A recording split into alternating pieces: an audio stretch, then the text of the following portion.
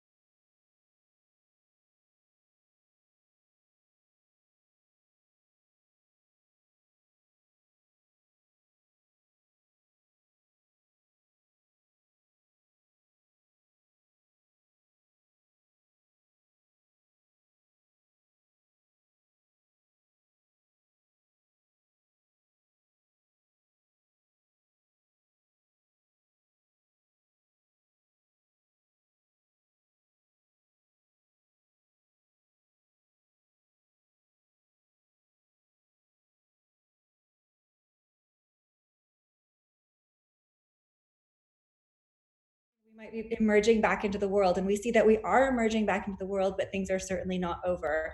What's incredible is all the support that we've had, because there is so much enthusiasm from media and arts and cultural organizations across this country. We've got a lineup of workshops going all the way through the summer to the end of August. Some of the other things that have happened over the course of the summer, we've had hundreds of people come through these sessions. CBC.ca or CBC Arts has started streaming the sessions, which is amazing as well. And hi to everyone who's watching the live stream on CBC. Thanks to Ontario Creates, we've got a team of 10 amazing interns that have been doing great work. Those beautiful opening credits that you saw, the graphics that you see on screen, the social media compilation videos, reaching out to different communities who may not be able to join the live sessions themselves. So there's so much that has come out of what was just this little idea and this goal of both supporting creators and leveraging those creators to help support Canadians more broadly. So a little bit of thank you to everyone along the way, our wonderful tech team who has put this together, all of those interns, everyone at CBC Arts who supported this, all of the amazing partners, organizations who have supported this. And that brings me to today and the Okanagan Regional Library who has supported this session that we're hosting today. So it's always great to see who's in our Zoom. It's nice to see familiar faces. It's also great to see or to know that there's new faces that are joining, whether it's in the Zoom session, whether you're watching the live stream on communitiescreate.ca or on CBC Arts. Our session today is on journaling the plague year. It's with Alix Hawley and Adam Schroeder, and it's presented, as I said, by the Okanagan Regional Library. We are so excited. You know, another one of our goals was really to make this national in scope in terms of who the artists were that were coming in and which communities were engaging in creating creative output, were creating content through this. When we host events in the Creative Innovation Studio, so often it's just who's in Toronto, who can show up, who can come to Yonge and Dundas to participate in some of the programming that we're putting on. And if there's any silver lining in this shift that we've had to move online, it's the fact that all of a sudden we can engage in different ways, that there's no reason for it to just be local, that these workshops work just as well, in fact, maybe better when we are engaging with people who are on the East Coast and the West Coast and up north.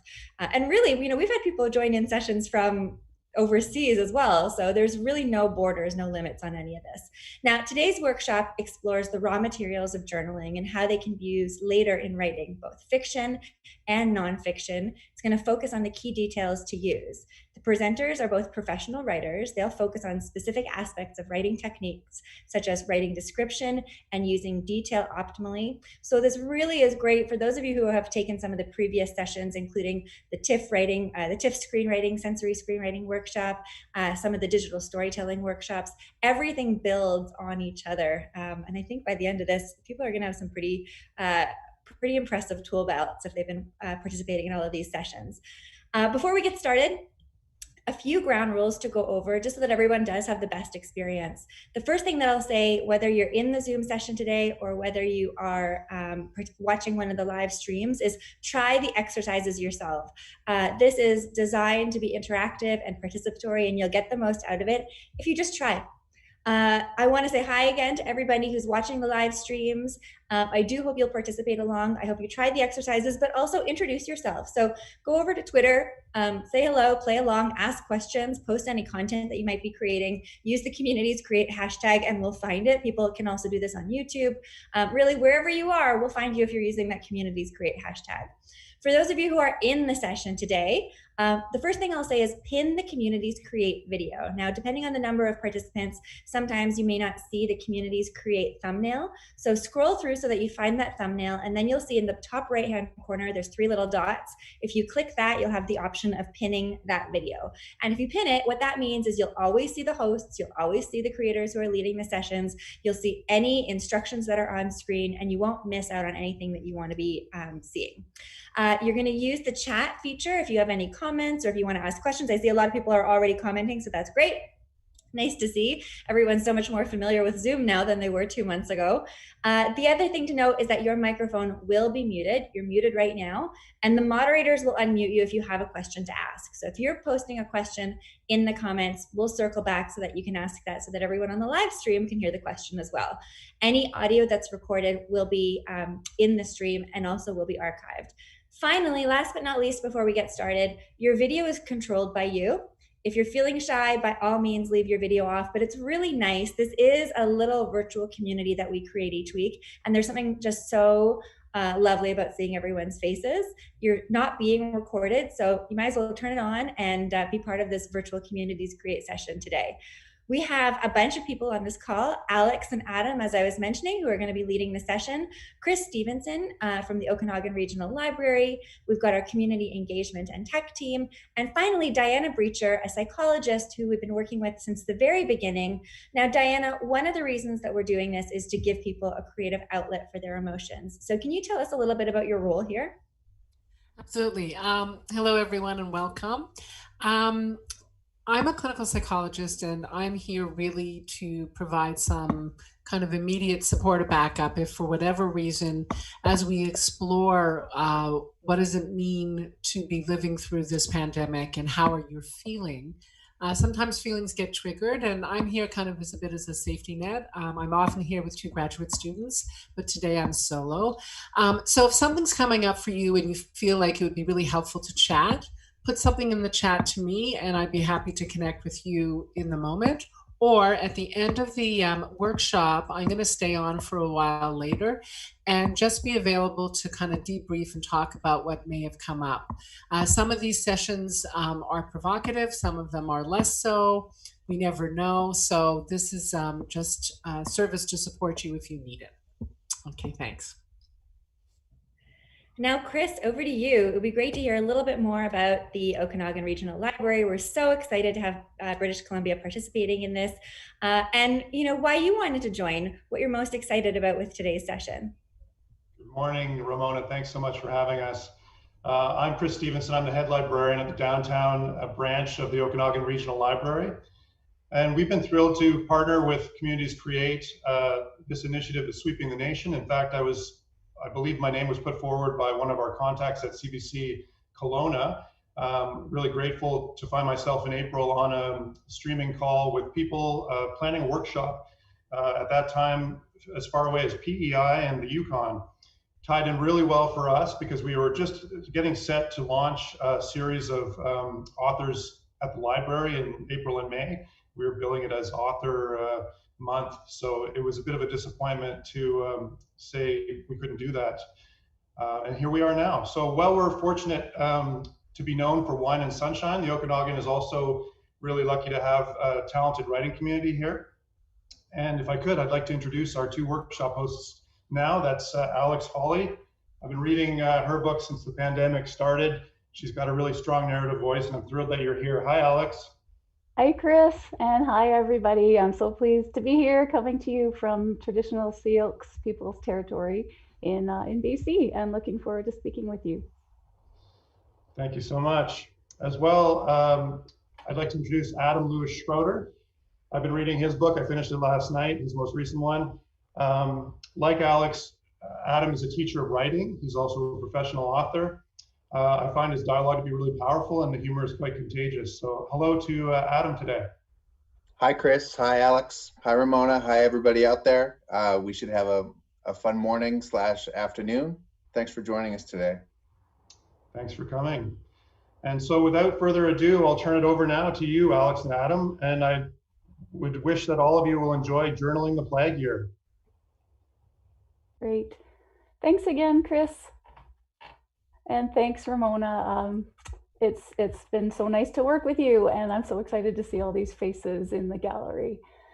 I'm coming to you, as I mentioned, from the Okanagan and also from my bedroom, so please enjoy the background view of my lamp and the books spilling everywhere. What we wanted to do is to start by talking a little bit about where we got our title from, Journaling the Plague Year. We mildly plagiarized this from the writer Daniel Defoe, who was an 18th century writer, and he actually wrote a book by that name called A Journal of the Plague Year, which was published in 1722, much later than the actual plague year he was writing about, when he was only 5. But I want to give you a quotation from it to get us started. He wrote, "The face of London was now indeed strangely altered. I mean the whole mass of buildings, city, liberties, suburbs, and sorrow and sadness sat on every face." So there's a lot of familiarity in Daniel Defoe's journal of the actual bubonic plague year, about terrible things happening, everyone feeling stressed out and scared and so on. But this little passage, which may seem not that important, it stands out for me when it comes to journal writing, because what he does is move from observations of the city to observations of feeling. Okay, so the whole city looks and feels different, but also all the faces in the city look different. So we hope you have a little scrap of paper or a fancy notebook or some type of writing material with you, because we want to give you a little exercise. First of all, though, we can't tell you what to write about in your journal. It could be anything in any form. If you're a list maker, a point form maker, a long rambling paragraph maker, all of those are great. But we want to give you a couple of tips as we go, like this one about observations of the buildings, say, and the feelings of the faces, like Defoe did, to help you out along the way, and to help you write a journal that you might love to look back on in years to come, or maybe even share. All right. So we have, as I mentioned, an exercise to start off with. This is part A of our 3-part exercise. Our prompt, as per the Communities Create slogan, is just a simple one. How are you feeling right now? So I'm going to give you 2 minutes by my professional stopwatch to just draft anything that feels right about that. So let's get started.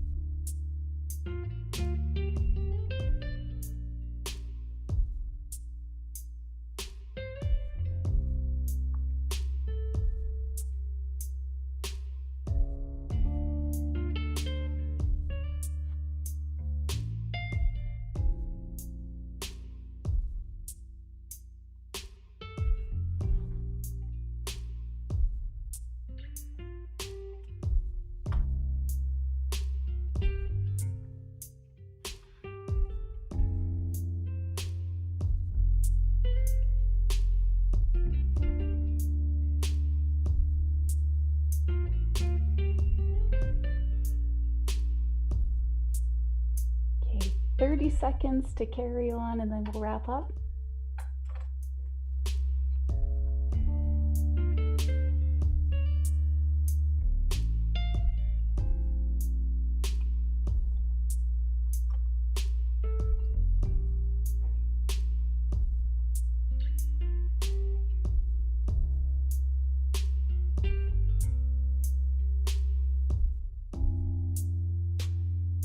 Okay, and that's our 2-minute exercise for the moment. I get to do my mean teacher thing now and say, pencils down, hands on your head. Did any of you ever have a teacher who made you put your hands on your head at the end of a test? I did. I'm not sure what quite the point of that was. But let's carry on with some more ideas for you, and then we're going to come back to this exercise in a little bit.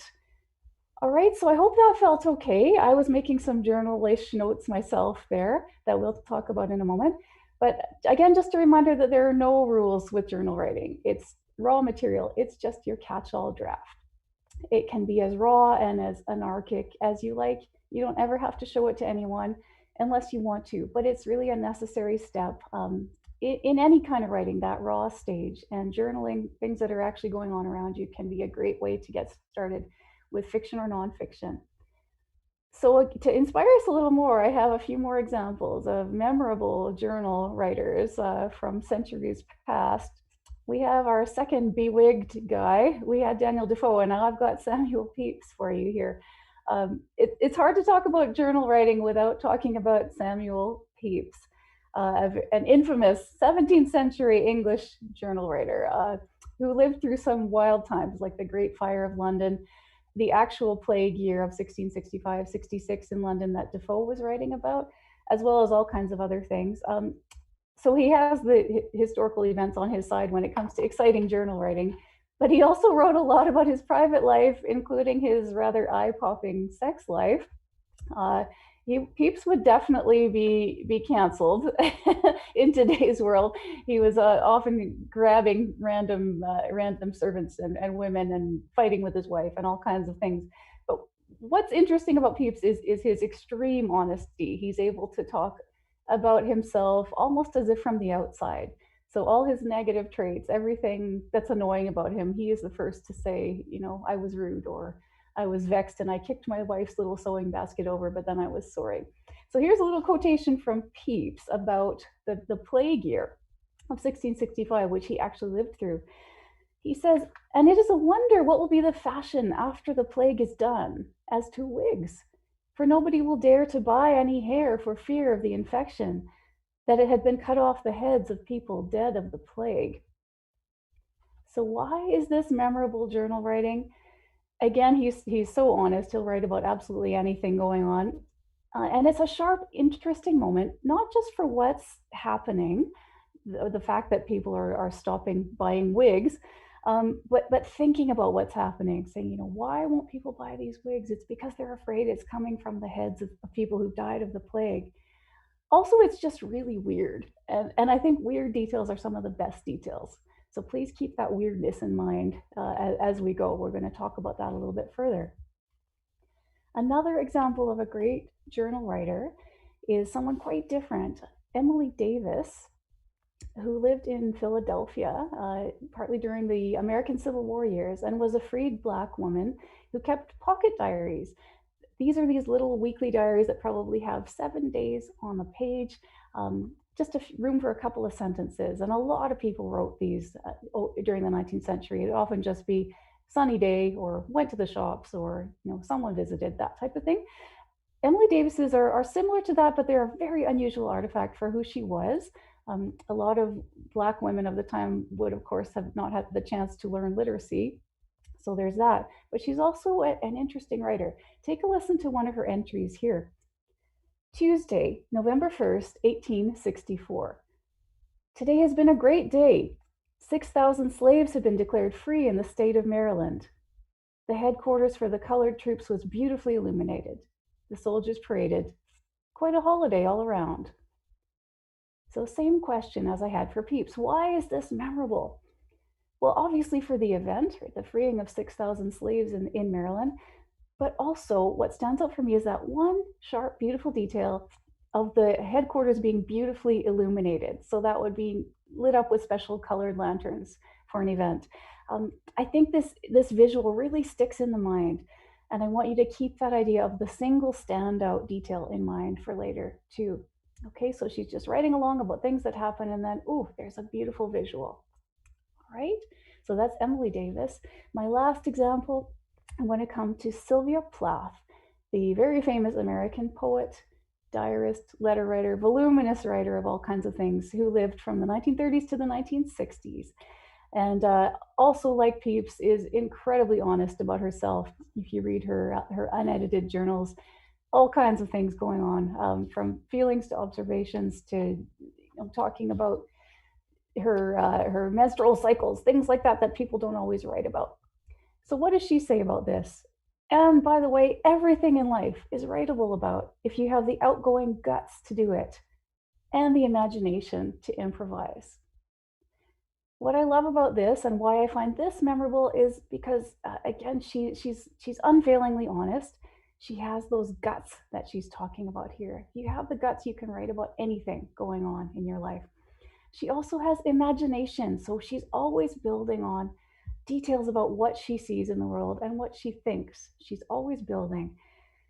So, with those three writers in mind, even though this is all raw stuff that they were writing about and that we are writing about, let's use some of their thoughts, all right? When you're writing in your journal, think about the inside, the feelings, and the outside, the observations, the things you see going on around you. Another way to put that is feelings and observations, okay? And again, to go back to Plath, guts and imagination. Don't be afraid to be as honest as you can in your journal and to build on things that you see going on around you. All right? So with that in mind, let's go back to the exercise we did a few minutes ago, exercise part A. And I wonder if anyone is feeling like sharing anything they wrote in that raw material 2 minutes. If you'd like to, please feel free to make a comment in the chat and we'll be able to pick you up from there. I know this isn't easy, so if you're feeling brave, that would be great. Okay, we have Andrea Lisa Philpott saying she's willing to, and Rebecca. Okay, let's start with Andrea Lisa Philpott. If we can unmute. Andrea, are you okay to read that out loud? Sure. Great. Okay. How are you feeling? Life today is like a lover you've broken up with. Your childhood home long sold. Life looks intimately the same, but everything has changed, is different. That's it. Wow, that's extremely powerful. And for just 2 minutes, I love that image of life as like a lover you've broken up with. Wow, that's really, really well done. It felt like that really just poured out of you in those 2 minutes. So thanks for sharing that and being brave enough to go first, Andrea. Okay, yeah. Fantastic work, Andrea. Thank you. Yeah, thank you. I had a good teacher. Adam. Oh, it's Adam. Yeah, Adam's a great teacher, and we'll hear from him in a moment. Ramona's just written in the chat, wow, that brought tears to my eyes, and I must admit, I'm feeling a little choky myself here. It's been such a strange time, so thanks for sharing that. Rebecca, we had saying she's willing to share. Rebecca, are you willing to read yours out loud? Definitely. Okay, great. Yeah, I don't have a complete thought like the previous reader. That's okay. I did a lot of point form, and it's a little hard sometimes. I found to get connected, but to those feelings. But so I wrote, "How are you feeling right now? Unsettled, like a new person who is actually my old self, like a branch partially severed from the tree of the adult life I have grown. If I fall away, will a new tree grow? And afraid everything will go back to the way it was before." Yeah. That's really powerful. Again, yes, and such a strong image of the branch partially severed from the tree. Just that word partially is perfect, and I really identify with those feelings. And Rebecca, I appreciate that you're willing to share the point form list, because that's about as raw as it gets for a lot of us, just sort of a list of feelings, right? I was doing that during the exercise too. So yeah, I feel that, and I can feel you start to build on your initial ideas there too. So that's great, and thank you again for being so courageous to share with everybody. Okay. So what we're going to do is get Adam, our guinea pig journal writer, to talk a little bit about his own COVID journal. And I think Adam is going to share something with us from there. I will. Thanks very much, Alex, for all the great insight so far. Writing down the unique moments in a given day is always worthwhile to practice writing description, verbatim dialogue, and just to practice constructing sentences, whether or not they're in point form. Once you have transformed exercises, experiences into the written word, that work can be a stepping stone to putting that material to use in more formal genres. For instance, a book I'm reading now called Consolations of the Forest, Alone in a Cabin on the Siberian Taiga, is taken directly from its author's journal. And David Sedaris's books of memoirs would not exist without his constant journal writing. So I'm just going to jump ahead, and with all that in mind, here's a journal entry of my own from last month. Suddenly this all feels very personal, but I guess that's the point of all this. Doesn't it? Yeah, you're doing great. The clinic phoned. This isn't going to be something bad. So that's usually the start of a terrible story. The clinic phoned to say that my checkup with Dr. Sellinger will happen over the phone, which will be new for me. I went for my quarterly blood tests, and coming into the hospital out of the parkade was met by a battalion of masked and gloved hospital staff, quizzing each of us on our symptoms and whether we needed to be there. They let me in, and I was glad I didn't come earlier, as between 8 and 9 in the morning, the lab is only open to people with COVID symptoms. The TV in the waiting room usually shows sports highlights, but now it's only virus highlights. In the meantime, Superstore had emailed to say our grocery order was ready, so with a cotton ball taped to my arm, I drove into one of the 4 designated pickup spots the instant someone else pulled out, and phoned into the store to say I'd arrived, feeling particularly disconnected from the rest of the world. When things are so different from times past, it's hard not to think of these strange things happening to me, to each of us as individuals. And while COVID distancing affects billions, by its nature, we're experiencing it all by ourselves. That's not the most polished piece of work on its own, but there might be enough description and even conflicts built into it that there's no reason it couldn't be a stepping stone to something a little bit larger in the future. Yeah, thank you, Adam. And I feel like we've locked you in the basement as our journal writing guinea pig. I know you're coming to us from your basement. But yeah, thank you again. It's hard for professional writers to share unpolished stuff. So thanks for that. And yeah, I love the visuals. Again, the cotton ball taped to the arm in the Superstore parking lot, and just these slightly weird details of how life feels now is great. And yeah, someone in the chat, Andrea, is saying I like how the COVID highlights have replaced the sports highlights on TV. Yeah, Corona is the only sport we get these days now, hey? So what I want to do is move on into a little bit more about shaping the material, building on what Adam has said there, a second step in our writing process. So as Adam said, you can turn your raw material into a stronger and maybe a separate piece of writing, and a journal is a great place to start that. Just to go back to our first bewigged guy, Daniel Defoe actually used his uncle's journals from the plague year of 1665 as the basis for his sort of fictionalized journal of the plague year many years later. So if you want to write essays, memoir, family history, obviously a journal or family members' journals is a great place to start. It also works for fiction. And I want to share with you a thought from one of the greatest teachers I ever had, Richard Holmes, who is a great English biographer and memoirist. And what he wrote in a thought about biography is that if you are only a scholar, your story will be dead. But if you're only a storyteller, then it will be ludicrous. So it's a good reminder to use, again, the inside and the outside, the feelings and the observations, and the guts and the imagination, no matter what the genre, okay? It's never going to feel dry, any piece of writing, if you're doing both of those things. So with that in mind, let's get the paper out again, and I'll get my stopwatch out again, and I'm going to have you move into part B of our exercise. I know some of you have just written maybe even a couple of words, but whatever you were thinking about with part A, I want you to pick one thing that relates to it, to that initial thought process you were having. Maybe it's an incident or a particular detail, a word, a moment. So pick that from your raw material to focus on, and we're going to take 2 more minutes to free write about that. All right, so stopwatch time. Here we go again with some nice music.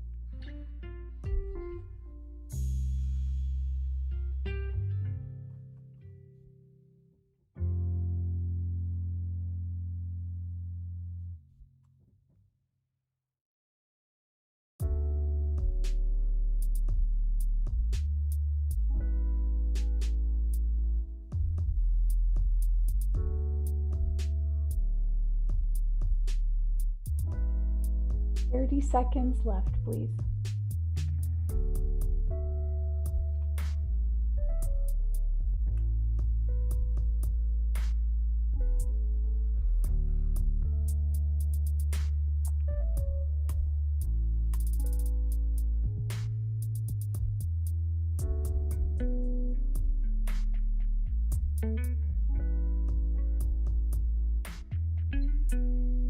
All right, hands on the head again. I'm very sorry to stop you, everybody. That was really nice. That music is so calming, and it's nice to feel like you're writing with other people sometimes. Maybe we should get a Twitter group going of let's all write together for 2 minutes a day. Anyway, how did that feel? I hope that was okay for everybody, and I hope it let you build on what you'd started with. Is anyone willing to talk about how that went for them or to share what they've written? If you feel like it, please say so in the chat and we will unmute you.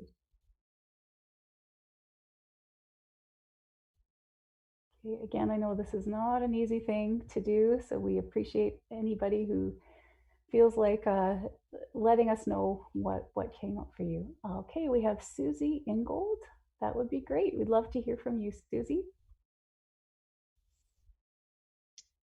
Hi. Hi there. I was focusing on the idea of reopening and how that's been making me feel. So I wrote, opening up is not a return to normal, not in the way we once knew normal to be. The new social standing outside of my front door requires new rules, new understanding, new compassion. What scares me isn't that I can't follow them, it's that others will choose not to. It is not my world alone, it is our shared world. Right. Yes, oh, so true. And I think almost everybody can relate to that feeling. Susie, you really captured that for me. Yeah, it's not just what I'm doing, it's what everybody else is doing. I was also just making a few notes myself there about going to the grocery store yesterday, which I've avoided doing for the most part, but I was there and I thought I was following the arrows properly, and then it turned out I wasn't. And a woman and her little boy in a cart, and I ended up sort of at angles. I was going the wrong way, they were going the right way. It was that deer in the headlights look of what do we do here? So yeah, that was great. I love the feelings you were able to put forth there. Thank you, Susie. I really appreciate you sharing that. Thanks, And Susie. yeah, and we have Brianna as well who says I can share. So Brianna, go ahead. Hey, you guys. Hi, how are you doing? Good. How are you? Good to hear from you. Another great student of Adam's and mine. Happy to hear from you. I was like 15 minutes late to the meeting because I'm a ridiculous person. So I just generated some stuff kind of from the cold get-go there. Perfect. Okay. Okay. My 32nd birthday landed on a Saturday. Perfect night to go out. My husband and I, for the first time since the went for the first time since the pandemic to my favorite pub downtown, Setter's, the site where he gave me a ruby ring last year on the same day, and we got drunk in a crowded room of strangers. This year, there were paper arrows clearly illuminated on the floor like the pathways in Walmart. The tables were all at least 6 feet apart, which made the place look as if they just moved in. We found a table, but were ordered to move a moment later, as the one we were sitting at had to be disinfected. Our server was wearing a mask, and I could see through the flimsy blue cotton whenever she frowned. We both had beer and burgers, which were delivered by gloved hands. The bathrooms were one person at a time, which you'd think would be nice, but it wasn't. Oh, That's everything. fantastic. So many of those horrible, strange, and great writing details there, like seeing the frown through the mask, Brianna. I love that. That's a great example of that kind of weird, sharp detail I was talking about. And I really like how you two vary between the kind of vague feelings of dread and the observations of things going on, like the tables being disinfected and the bathrooms being one only, versus how that felt. So yeah, another comment in the chat. Second time I've teared up today. Oof. Yeah, this is, yeah, you know what? It's really good to hear that other people are feeling this stuff though, and hearing personally from everybody how it feels to go out now that things are reopening, right? So really appreciate that. Thank you, Susie and Brianna, for sharing. And I'm going to throw it back to Adam in the basement there for some talk about revision for his own raw material. Thanks, Alex. Here in the basement, things are going great. Thank you to Susie and Brianna for reading. Those were really great details again, especially the eerily empty bathroom. So to just go back to my journal entry about the hospital and the grocery store, if I was going to revise it, I would probably revisit the distinct scenes to add a bit more detail. While I was having blood drawn, the lab tech told me about her Newfoundland dog, Maxim, for instance. Oh. There he is. And when a Superstore employee loaded food in the back of the car, he asked, "How old is your cat?" So unexpected pieces of dialogue like that can depict character just as quickly as physical details. But that said, I never shy away from physical details either. So for further revision, I would describe the people lined up in front of the grocery store, which I could see as I sat in the car, people's body language, you know, sort of on public display there in the lineup, or just standing together as a couple, what people are wearing, especially if people aren't wearing a mask and are stepping on the heels of the person waiting in front of them. Yes. So many details can suggest a motivation, and therefore even a whole story if we're willing to dig a little deeper through research or imagination. Mm-hmm. Thanks, Adam. I love that, and thanks for being willing to share revision ideas, which is again kind of a hard thing for a professional writer to do, to take something raw and share it in public and talk about how you might change or fix that. So thank you. And I don't know, I want a dog too all of a sudden. I'm not even a dog person, but I think COVID has turned us all into dog people. You want something big and warm to make it right, I think. Something to make you feel better and to take care of. I don't know, I've planted lots of plants and feel like I need to take care of everything. So that's been in my journal lately too. The pandemic puppy, says the chat. Yeah, let's all get pandemic puppies. Yeah, it's true. It's that kind of wistful feeling of let's keep the world going somehow, I guess. Hey. So again, thank you everybody for sharing the revisions and the thoughts that came out of your initial raw material. I just wanted to add to when you're trying to pick something out of the raw material, don't think about it too much. Go with your intuition. Go with what Plath says, guts and imagination. Let that lead you to what you might be able to write further about. All right, so I want to talk about the third step we have for you with writing, which is using details and maybe a little bit more editing down at the language level, some of the more detailed stuff. So writers, we always have decisions to make. What are we going to use? What are we going to leave out? Where are we going to put things? All right, and I have a couple of writing tips that I hope might be helpful when it comes to your own revision. Trick one, I call the wedding model, rather cheesily, but here it is. Something old with something new, something weird, or something blue. As you can see, I have swapped out borrowed for weird instead of something borrowed, maybe because nobody would lend me anything at my own wedding, and I'm still slightly bitter about that and should probably write a journal about it and get all those feelings out. So what do I mean by this anyway? What I mean by something old is some traditional, straightforward, plain description. Okay, maybe not too many adjectives, not too many sensory details, just straightforward depiction of what's happening in nice, plain, elegant sentences. This can work really well when you occasionally throw in something else, like, for instance, something new, number one on there. That might be a detail unique to your own observation or a fine way of putting an idea into fresh words. For instance, like Brianna's very individual observation of seeing the frown behind that thin, flimsy blue mask on the server. I think that's great. That's really fresh and startling. And it comes in the midst of more straightforward description. So that was a great example. Something weird. I always love something weird thrown in to a piece of writing. Again, think back to Samuel Pepys, our second guy in the wig, writing about the dead people wigs. That's a memorable, startling detail about a day in the life of someone living through the plague. Yes? Okay, so maybe something a little strange, a little unusual, a little dark. You can throw those in now and then, and it'll sharpen up your writing a lot. When it comes to something blue, I mean, maybe a little bit melancholy. I know a lot of us are feeling melancholy at the moment, that's for sure. I also mean in terms of wording, not always just the pretty wording, okay? This works at the language level. So it can be quite easy to write nicely about pretty things, right? I can go out in the garden and write pages about how beautiful the flowers are. I love doing that. But sometimes if you throw in something that's worded a little bit strangely, a little bit differently, it'll again give a real punch to your writing. Here's an example. I'm reading a book right now by Claire Beams, and it's a novel called The Illness Lesson. And it's very loosely based on the childhood of Louisa May Alcott, although the characters have different names. But if you're a Louisa May Alcott or Little Women fan, you might have an interest in this novel, which is very beautifully written, very elegant.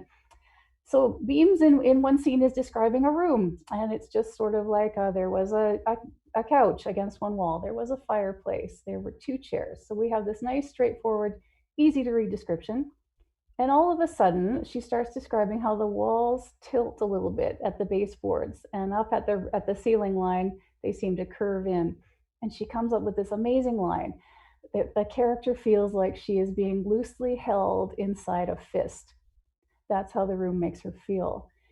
And I love that. I literally stopped reading to just sort of savor that moment of beautiful description, a real punch in the middle of this sea of elegant plainness. So I hope you can keep that in mind for your writing. You're writing along elegantly, simply, and then bam, there's something new, something fresh. Bam, there's something weird. Or bam, there's something a little bit blue. Okay, so I try to keep that in mind with my own writing and do my best to even it out and then have a little spike of description now and then. My second trick is just sort of a description of what description needs. Writing tip number 2, just a reminder that the best description is going to have space, so you're not piling up your adjectives and adverbs into a giant car wreck, which is sometimes easy to do because it's so nice to use all those beautiful words. I love it. I always do it, and then I have to cut it down. So give them some space, let them breathe. Give them some contrast. Use traditional wording and then use something unusual every so often. And some variation. So vary your sentence structures even. Short sentences versus long ones. And down on the word level, vary your descriptive words between very simple and say fancy or weird or new or blue. All right, so I hope those make sense. Those are things that I try to keep in mind with my own writing.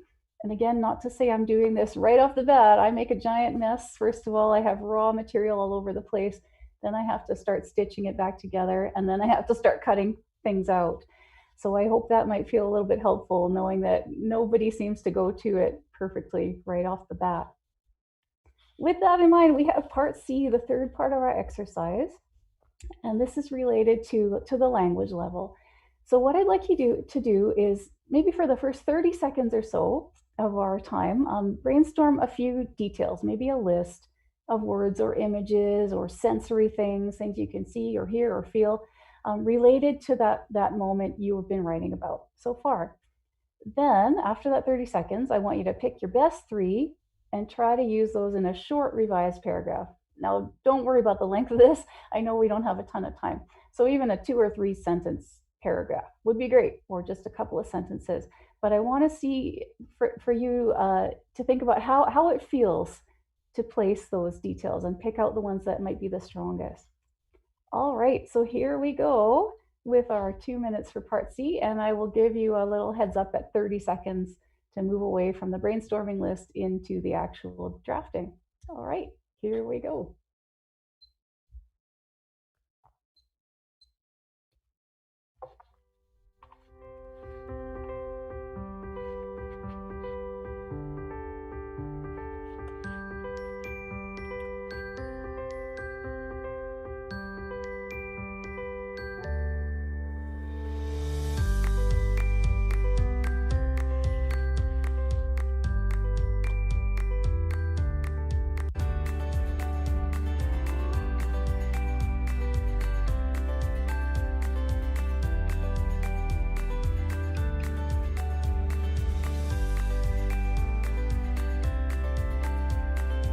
Okay, that's 30 seconds, so see if you can start picking out some of your best details now. We'll carry on.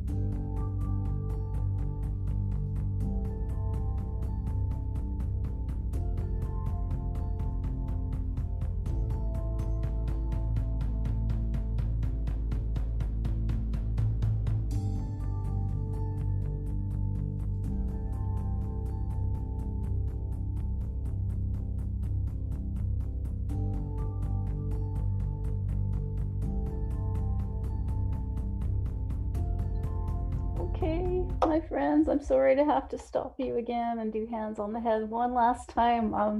That felt really nice. Just scribbling down some notes here as well. How did that feel for you? I hope that went okay. And I'm wondering if we have any last brave participants who might be willing to share their little paragraph or sentences with us. If you feel like it, please let us know in the chat. We can talk about puppies as well in the chat.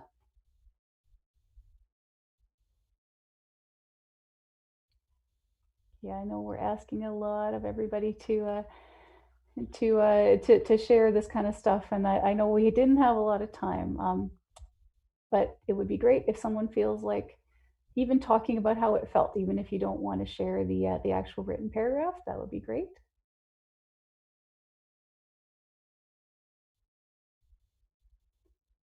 Okay, I think we've terrified everybody. How about we move over to Adam, and then we can also chat again after that, because I know Adam had some raw and finished material to share with us. Is that okay with you, Adam? That sounds terrific. Great. Here in the journal basement, I just want to retouch that amazing detail that you read out about feeling like the narrator was inside a fist. I think that's another, again, so many literary things can be applied to what we're living through with the pandemic, and I feel like everyone right now who's dealing with COVID in the world kind of feels like they're inside a fist that's gradually closing on us. And maybe it's opening too much in the state of Georgia. Okay. So I'm going to jump back in time to a non-COVID journal entry from 1997 in this worn out yellow book, to be precise, in Sumatra. So I'm just going to read straight out of a journal to start with, and then we'll look at some other things. Adam, before you do that, could you just tell us what you were doing in Sumatra at the time? My girlfriend Nicole and I were traveling for a year. That was it.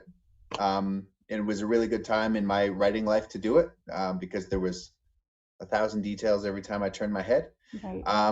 For instance, sitting in the back of a truck with groceries, an old man in a dress shirt and green checked sarong, balding, with a trim little white mustache, lay sleeping on one of the benches with an empty plastic water bottle under his head for a pillow. He sat up to take a little blue and white capsule from a plastic bag in his shirt pocket. He seemed to have a pain in his side. The truck took on 2 huge blocks of ice, long rectangles, that took up the whole back half of the truck floor, and everyone had to slip and slide all over them as they clambered out. So that was all I had at that time concerning an old man and some ice. To go back to your terminology, Alix, between details that are old and ones that are weird, as I said, this was a year-long trip, and Nicole and I rode in many pickup trucks. So that by this time, it may have been interesting at one time and garnered some details initially, but at this point, it's old. By comparison, the old man is a weird detail because, in my experience, all over Asia, 99% of people were sitting bolt upright as they traveled around. So not only did my heart go out to him, but he was visually startling. The way he sort of, pulled himself upright to take his pills. It was very sad as well. So it fell into that blue category. Now, to move these journals forward, I used the same details in a fictional story called Pot Erfim the Pharmacist, published in a story collection in 2001. So again, as I'd mentioned with the, describing people in the lineup at the grocery store, you can take details and kind of morph them into anything you want. They're kind of the raw commodity of writing. So you could take any number of little details and stitch them together however you want. So I'm just going to kind of describe how I use that one journal entry that I just read. So again, to move forward,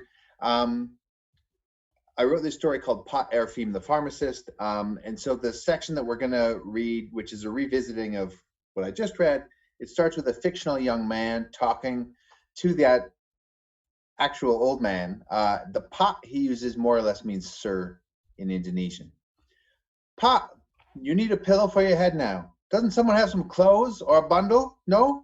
Here, try this then. This might do. And the young man took his empty soda bottle and placed it under Amin's head. The plastic crunched against his good ear, but his neck was more comfortable. The truck began to move and the bottle rolled slightly, so his head bumped against a woman's hip with every turn. It wasn't uncomfortable though. He began to fall asleep. And then the ice is loaded.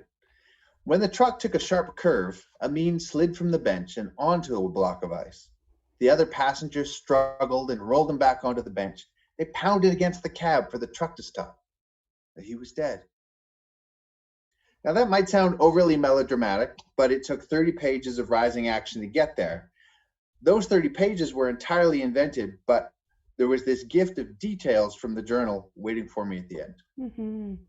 Amazing. And yeah, what a treat to have the raw material and the finished product read for us side by side. And Andrea mentioned in the chat the pop bottle pillow detail, and I love that stayed in. That is one of those sharp, weird visuals that I don't think I'll ever get out of my head. And it's really cool to see that came straight out of your journal, Adam.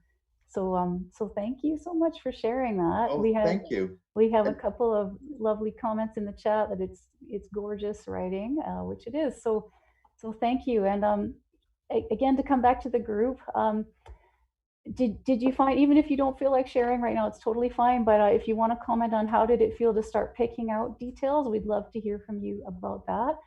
If you have any questions about anything in Yeah. general. Yep, that's great as well. I can let you know that I was still writing about a dog. I was writing about looking at the Bernese Mountain Dog puppy that I saw the other day, and how its fur in the sunshine looked a little bit like rust. And I was talking about the curls, the lovely curls on its back, like waves on a lightly breezy day. So yeah, not stuff I might use later, but just good to get your brain going on the details. Pile them up and You then might pick them out. you might one day have a character who loves Bernese Mountain Dogs, and I you want might, to yes. peek into that person's head. Yeah, exactly. There you go. Even if I don't get one myself, I can have a character. That's the beauty of writing. Right? What was that dog's name? Her name is Cedar, which is also a beautiful name. Nice. But her owners are British, so they say Ceda. She also sounds really nice. Okay, we have a question from Manjinder. Go ahead, Manjinder. We can unmute you. Yeah. So my question was, I will not share what I was writing, but I was writing towards all my failed attempts at bread making through the quarantine. And I got really, I guess it was like, I got stuck when it came to writing out details about the smell of bread making, or like how best to kind of get into that aspect of it, because smell is such an integral part, I felt, about like when you're trying to make bread. I mean, the sourness of the starter sometimes, and or the way that smell, like, you know, fills up the house. I was wondering if you or Adam had any tips about, you know, writing to those details about smell. Smell is the hard one, because I think all you can do with smell is compare it to other smells, right?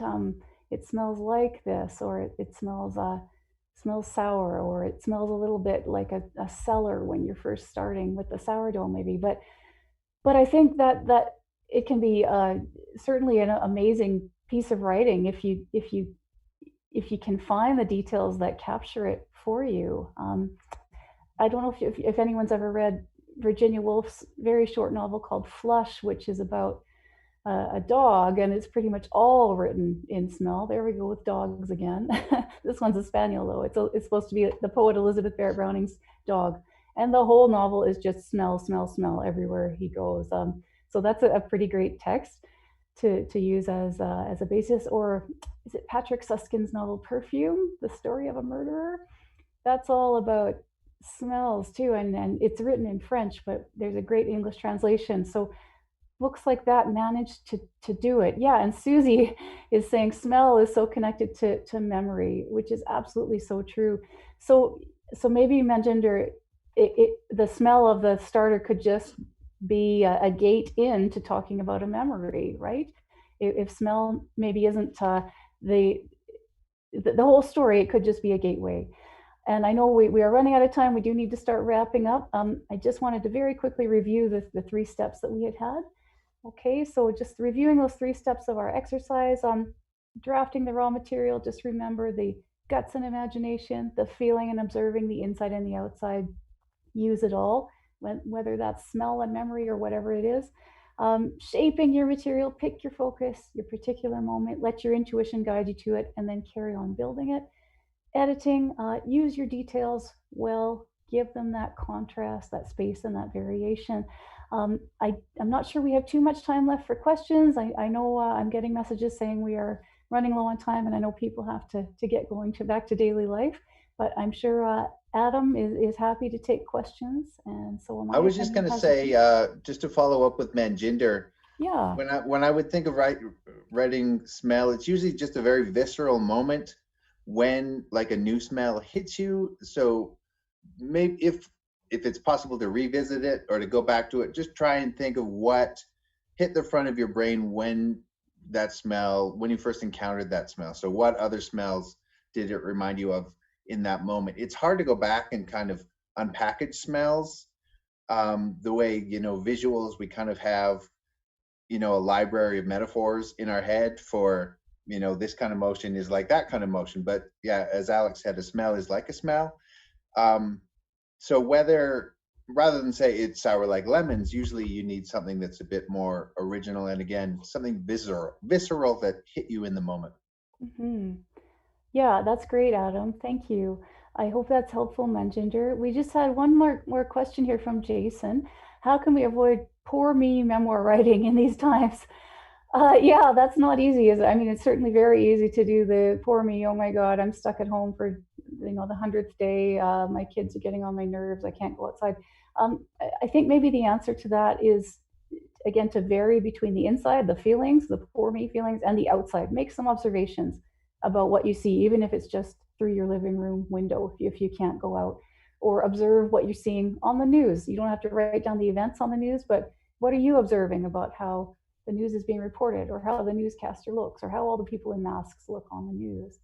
Okay, Adam, did you want to add to that? I was just going to, again, go back to your try and put in something weird detail. So, I mean, we are all in a very similar situations, but, we're all individuals as well. So it could be such and such a character who's viewing the pandemic as an opportunity to do something that no reader would expect. There's a lot of different angles that you could take. Mm-hmm. Yeah, just consider the weird in all cases, I think. Right? But probably I would shy away from being like the everyman in the pandemic, because we're already those people. We want to see the individuals with their own slant. Exactly. Yeah, that's such a good point. Don't try to be pandemic everyman. Be pandemic you, and tell us what it's like to be you in the pandemic. And those are the journals like Samuel Pepys and Emily Davis, the really individual ones that last forever. Well, thank you so much, both of you. This has just been a wonderful, wonderful workshop. I don't know if it's me today feeling particularly emotional. I've said on multiple platforms that I've been on the verge of tears throughout this.